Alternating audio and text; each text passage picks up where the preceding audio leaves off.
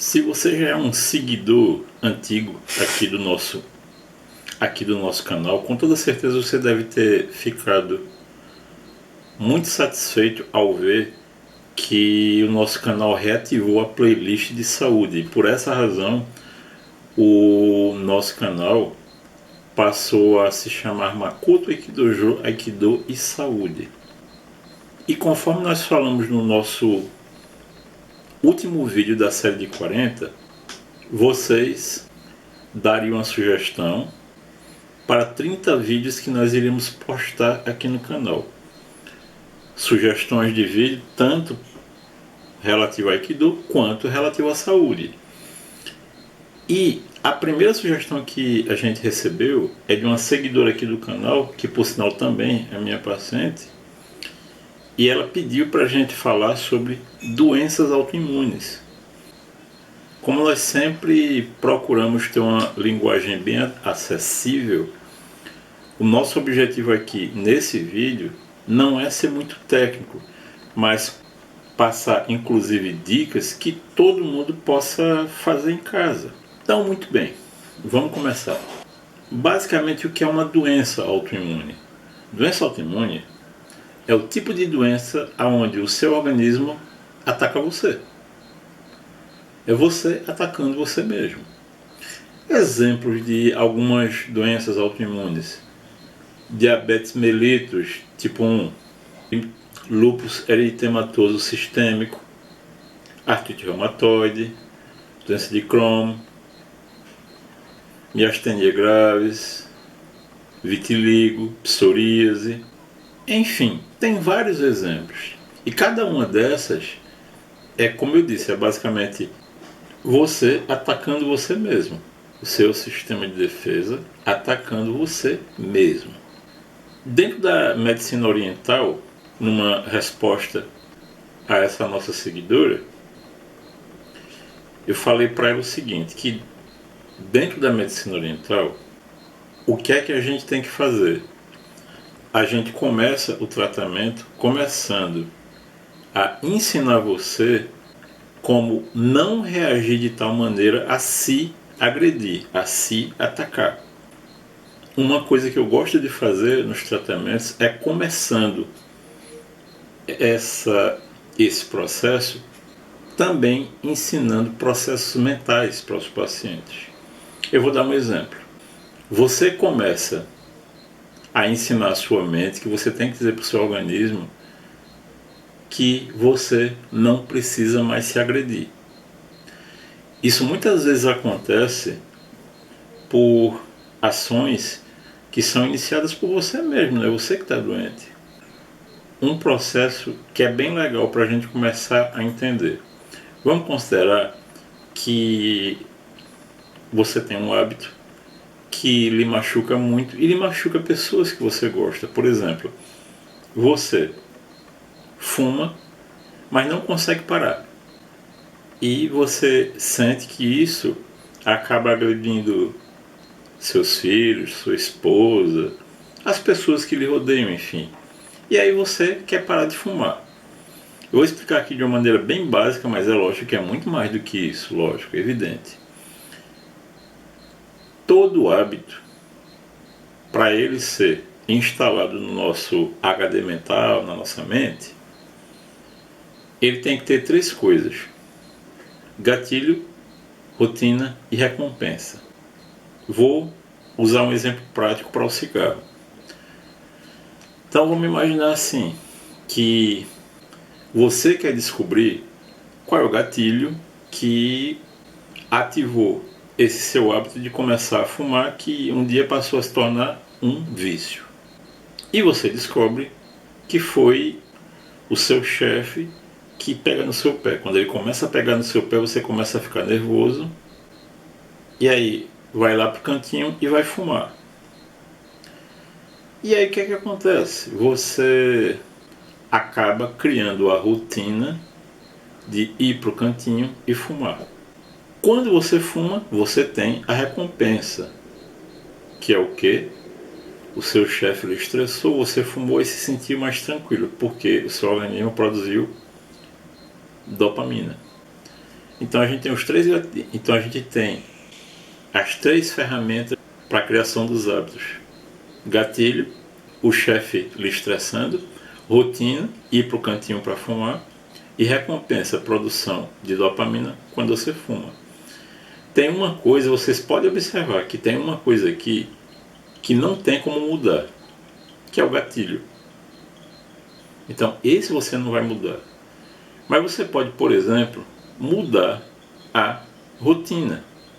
Em vez de você ir para o cantinho lá para fumar, você altera essa sua rotina. Por exemplo, pega um alimento que você gosta e que seja saudável. E toda vez que vier o momento da rotina, você vai para o seu cantinho e você vai comer um pouquinho daquele alimento que é saudável. Então, você não mudou o gatilho, mas você mudou a rotina.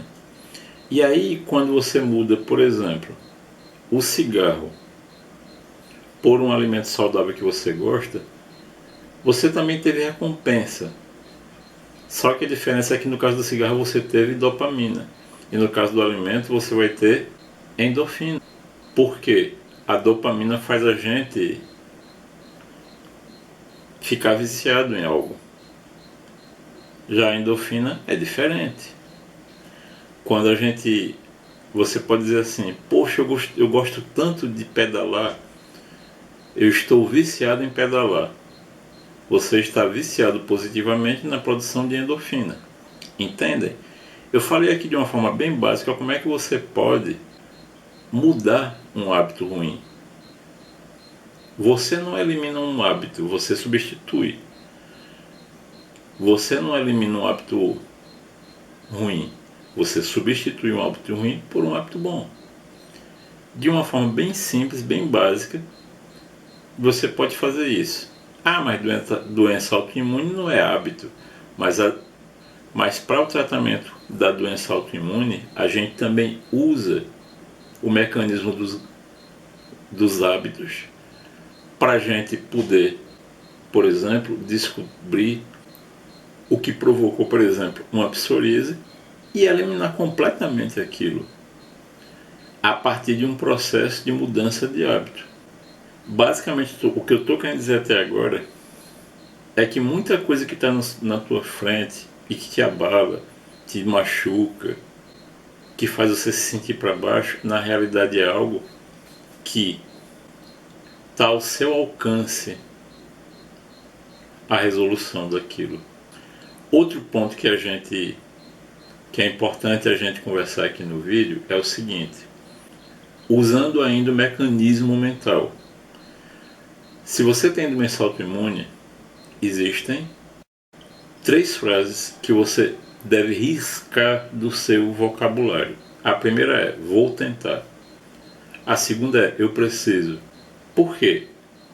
Essas 3 frases te colocam uma limitação mental. E limitação mental para determinados tipos de coisa nunca vai ser bom para a sua recuperação, inclusive nos casos de doenças autoimunes. Por exemplo, eu vou explicar isso agora, bem brevemente. Eu digo para você, toca ali no teto. E aí você diz assim: vou tentar.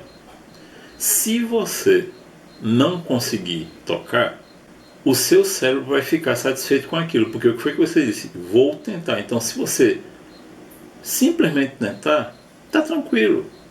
O problema é que você começa a criar um sentimento de frustração, porque você só tentou. Então, você vai fazer diferente. Se eu digo assim, pula ali e toca no teto, em vez de você dizer vou tentar, você simplesmente faz.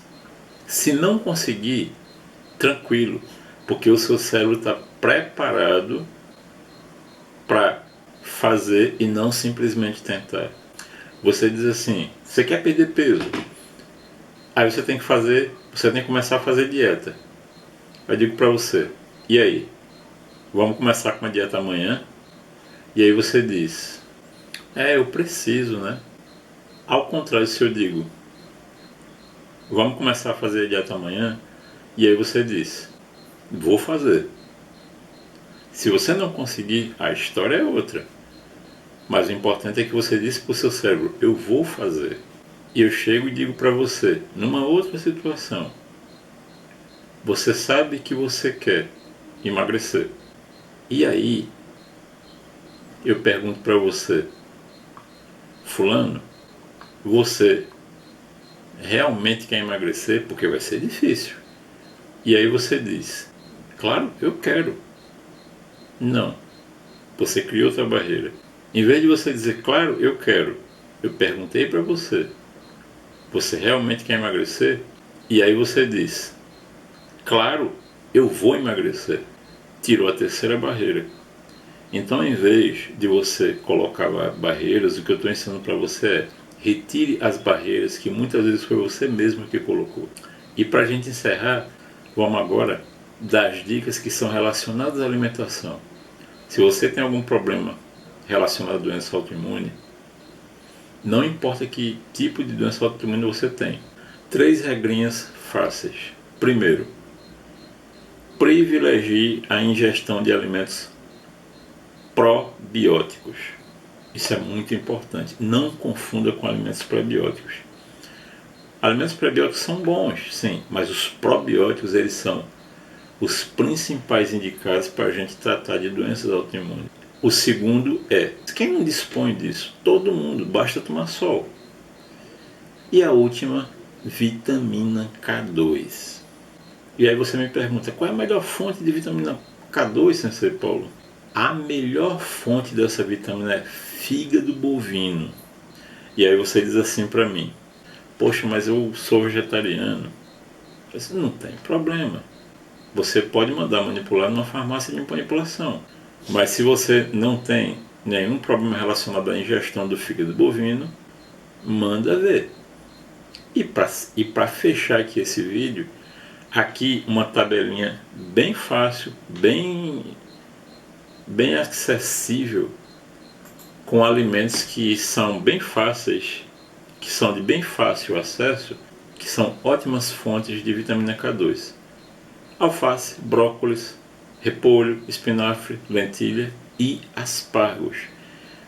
Existem outros tantos alimentos, mas eu estou passando logo esses porque vai ser muito fácil de você encontrar. Então, a partir de agora, comece a pensar em tudo que a gente falou aqui, no conteúdo desse vídeo, e estamos aqui abertos só esperando não só as perguntas de vocês, como também as sugestões para os próximos vídeos. Amanhã nós teremos a publicação da segunda parte do nosso vídeo sobre condicionamento físico em casa na quarentena, onde nós vamos abordar justamente membros inferiores. Se você gosta do nosso trabalho aqui, pedimos que considere o apoio ao nosso trabalho. Então nós vamos deixar aqui embaixo na descrição o link para você acessar o nosso Apoia-se. O nosso muito obrigado a todos vocês e principalmente os nossos apoiadores, e que Deus nos abençoe.